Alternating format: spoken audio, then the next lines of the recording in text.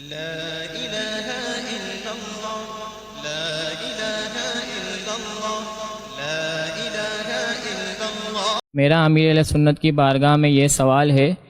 کہ حجر اسود پر انسان کے گناہوں کی نحوست کا اثر کیوں آیا جس کے سبب وہ سیاہ ہو گیا جبکہ اس کا مرتکب خود انسان ہے؟ ترمذی شریف کی حدیث میں ہے کہ اللہ کے پیارے پیارے نبی صلی اللہ علیہ وسلم نے ارشاد فرمایا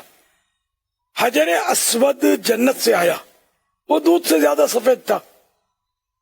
اس سے آدمیوں کے گناہوں نے سیاہ کر دیا۔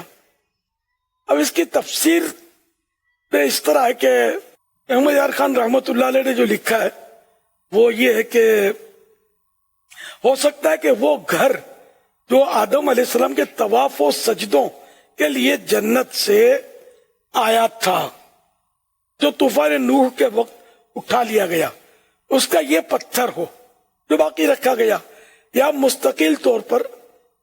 وہاں سے یعنی جنت سے یہ پتھر لایا گیا ہو۔ تو یہ پتھر بہت چمکدار آئینے کی طرح شفاف تھا، تو جیسے آئینے پر گرد غبار مٹی وغیرہ آ جاتی ہے، وہ اسی طرح مطلب یہ کہ پتھر پر بھی آتی ہے۔ تو مشرکین کے ہاتھ لگنے کی وجہ سے پھر یہ کہ جو ایمان والے تھے ان کے بھی گناہوں کے سبب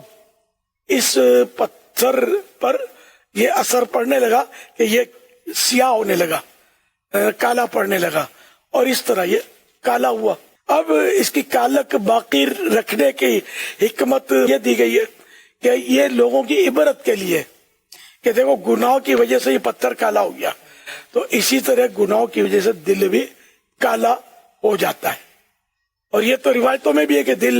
سیاہ دل ہو جاتا ہے، پہلے ایک نقطہ ہوتا ہے، بندہ گناہ کرتا ہے، پھر وہ نقطہ پھیلتا جاتا ہے یہاں تک کہ دل جو ہے وہ کالا پڑ جاتا ہے۔ صلو علی الحبیب صلی اللہ صلی اللہ علیہ وسلم۔ محمد